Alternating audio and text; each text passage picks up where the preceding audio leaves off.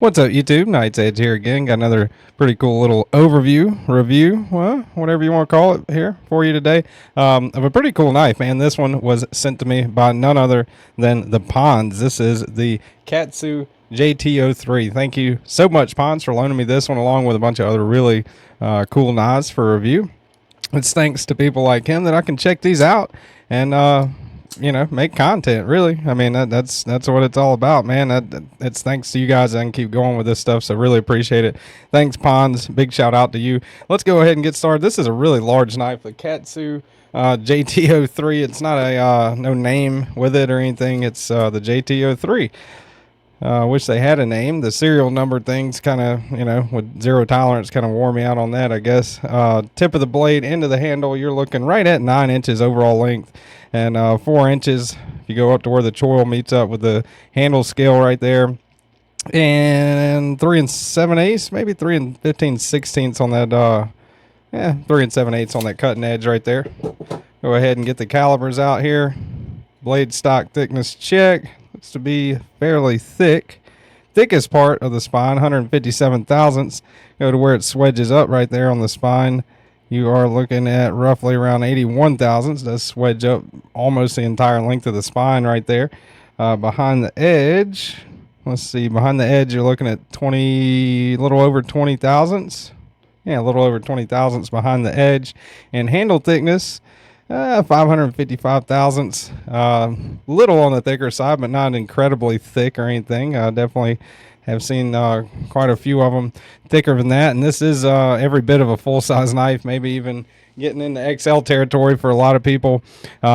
Pretty close to XL territory. Matter of fact, let's do some size comparisons here. We'll show you how big this one actually is. That is the Paramilitary 2 up next to it. All right, and there is your Spyderco Para 3. So you can see right there, definitely a large knife, way larger than the Paramilitary 2, and way larger than the Para 3. A couple of other ones here, USA made Demco 8020S, right there, up next to the JT03, and here is your Demco 8020.5. That is the slicer variant.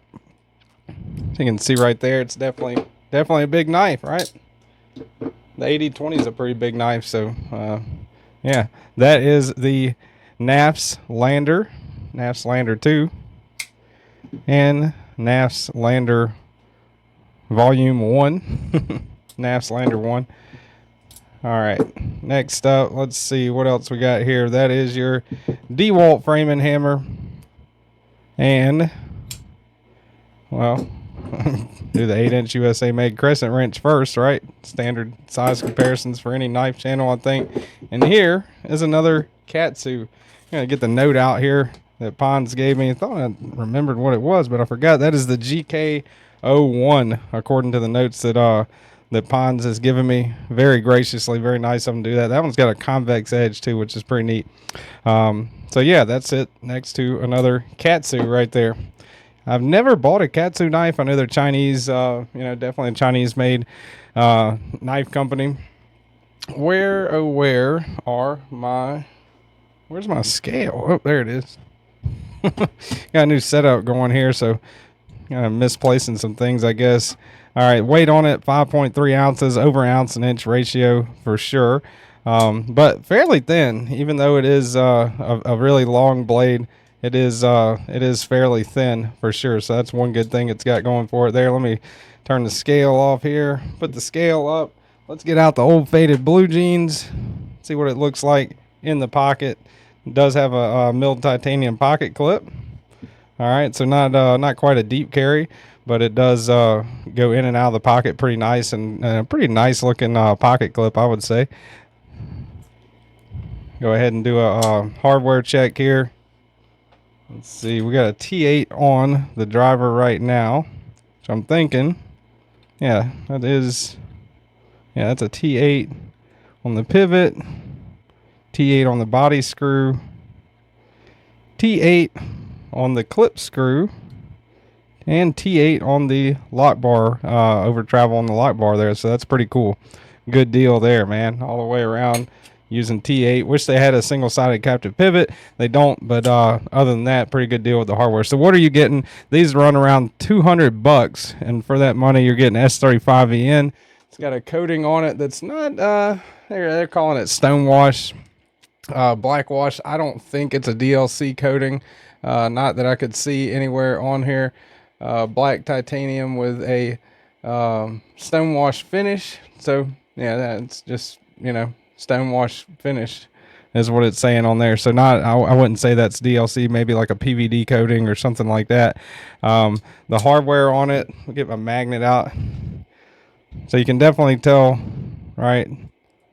Magnet does not stick anywhere on the handle, but that's wanting to stick right there on the hardware. So it does have steel hardware, pocket clip, steel hardware, lock bar insert, steel hardware, but the clip is titanium, the handle is titanium, so that's a good thing. S35VN, a good all-around steel, no issues. I've never had an issue with S35VN. I think it's a pretty good steel. The actuation method, the one of the problems I've got with this one, aside from the price, is the fact that it is a flipper only, a front flipper only, and it works good, you know, so I'll give it credit for that for sure. It definitely works good, but if you're not a front flipper person, you're definitely not going to like this knife, I wouldn't think. The ergonomics on it are solid, you know, it's pretty much, you know, nothing really super special. It does have this groove kind of cut out back here if you want to choke back, kind of pinky fits really nice in there. You can put your thumb on that little notch right there, and they do have a little bit of jimping going up that ramp, so, you know, definitely feel pretty locked in there, choked up, no issues, kind of thin where they swedge up right there around where the spine is, so yeah, that might be an issue if you go through a lot of cardboard or something like that. You can definitely, I could see how you could start feeling that with your thumb. I do like how they have this kind of flat here, which is, I guess, one of the good things about not having a regular flipper.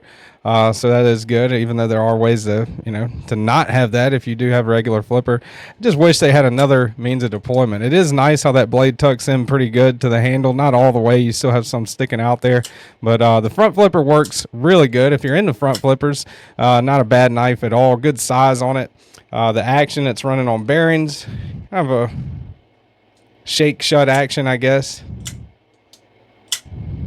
And as you can see, I can index this thing over all day long. I'm not too not too good at regular front flipping with my thumb, but as far as indexing goes, pull this thing out of pocket, index it, opens right up, no issues there.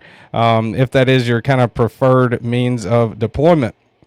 For me, I think the price, which is $200, again, they do have like Concepts, got some pretty good ones made out of the same material, S35VN and titanium. You know, for the price for $200, I think it's fairly high. You're not even getting like a DLC coat on there or anything. You are getting a nice milled titanium pocket clip, but I mean, you can get that on a Miguron for $50. S35VN, you know, $200.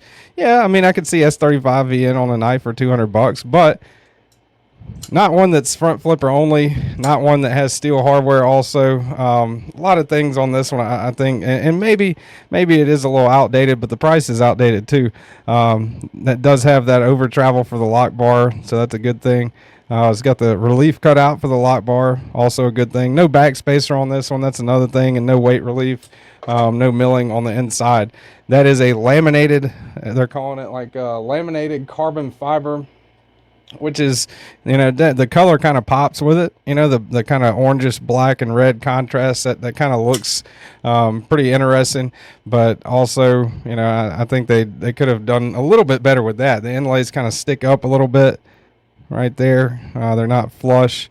So all around, not a terrible knife, but for the price, man, for $200, you can get, you know, there's a lot of other knives you can get. Like this one, that's $140 right there. That's a Lander too. All around, way better knife, in my, you know, humble opinion. And there's a lot of ones that you could, you know, you could argue with, American made. Like, look, this is a USA made, bench made Griptilian, right? That's the sheep's foot version. You can get that in S30V right now, even with Benchmade's ridiculous prices. This is still $170. USA made, right? That's Chinese made. That's $200. not really doing too good competing with the price point these days. Not on this model anyway. I'm sure Katsu does with some other ones, but yeah, not really a bad knife, I wouldn't say. You know, I mean, it's bought, it's paid for already. Taking price out of the equation, not a terrible knife at all. Does have some issues, like I wish they did have a backspacer. I wish it wasn't front flipper only. You know, that's kind of a bummer. And I wish this was like a DLC coat. That would be cool. But all around, not an absolutely terrible knife, but to me, it's an absolutely bad knife for the price. So thank you very much, Pons, for loaning me this one. It was enjoyable for sure to get to experience this one and check it out. Thank you guys very much for watching.